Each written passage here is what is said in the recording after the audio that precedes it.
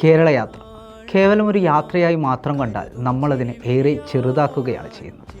ഒരായുഷ്കാലം മുഴുവൻ മനുഷ്യർക്ക് വേണ്ടി ജീവിച്ച ഒരാൾ ഇന്ന് വീണ്ടും മനുഷ്യർക്കൊപ്പം തന്നെ നടക്കുകയാണ്. ആരവങ്ങളും ആവേശങ്ങളും ഉണ്ടായിരുന്നു. എന്നാൽ അതിലുപരി ശക്തമായത് മനുഷ്യരോടൊപ്പം നിൽക്കാനുള്ള ഈ യാത്രയുടെ മനസ്സാണ്.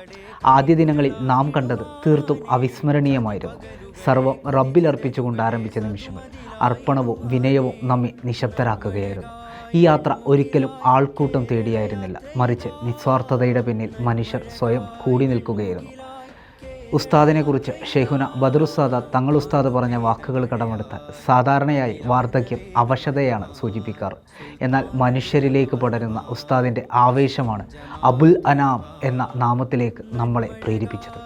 ഇഷ്ടപ്പെടാത്ത ചോദ്യങ്ങൾ ചോദിക്കുന്നവരെ തീവ്രവാദികളാക്കുന്ന ഒരു സാമുദായിക നേതൃത്വ സംസ്കാരം, തടസ്സമില്ലാതെ വിലസുന്ന വേർതിരിവുകൾ പറയുന്ന മന്നനെ മതതീവ്രവാദിയാക്കുന്ന വെറുപ്പിൻ്റെ കാലത്ത് മനുഷ്യനെ പറഞ്ഞ യാത്ര, ലേബലുകൾ ഉയർത്തിയ കാലത്ത് ഹൃദയങ്ങളെ ചേർത്ത് പിടിച്ച യാത്ര.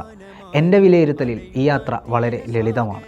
പ്രസംഗങ്ങളുടെയോ സംഗമങ്ങളുടെയോ പ്രഹസന പരമ്പരയല്ല, മറിച്ച് മനുഷ്യനെ വീണ്ടും മാനവികതയിലേക്ക് കൊണ്ടുവരുന്ന ഒരു സ്നേഹനടപ്പാണ്.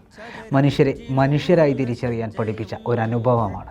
ഇനിയും എത്രയോ നാളുകളിൽ നമ്മെ നാമാക്കുന്ന, മനുഷ്യർക്കൊപ്പം നടക്കുന്ന ഒരു സ്വർണ്ണയാത്രയാണ് കേരളയാത്ര.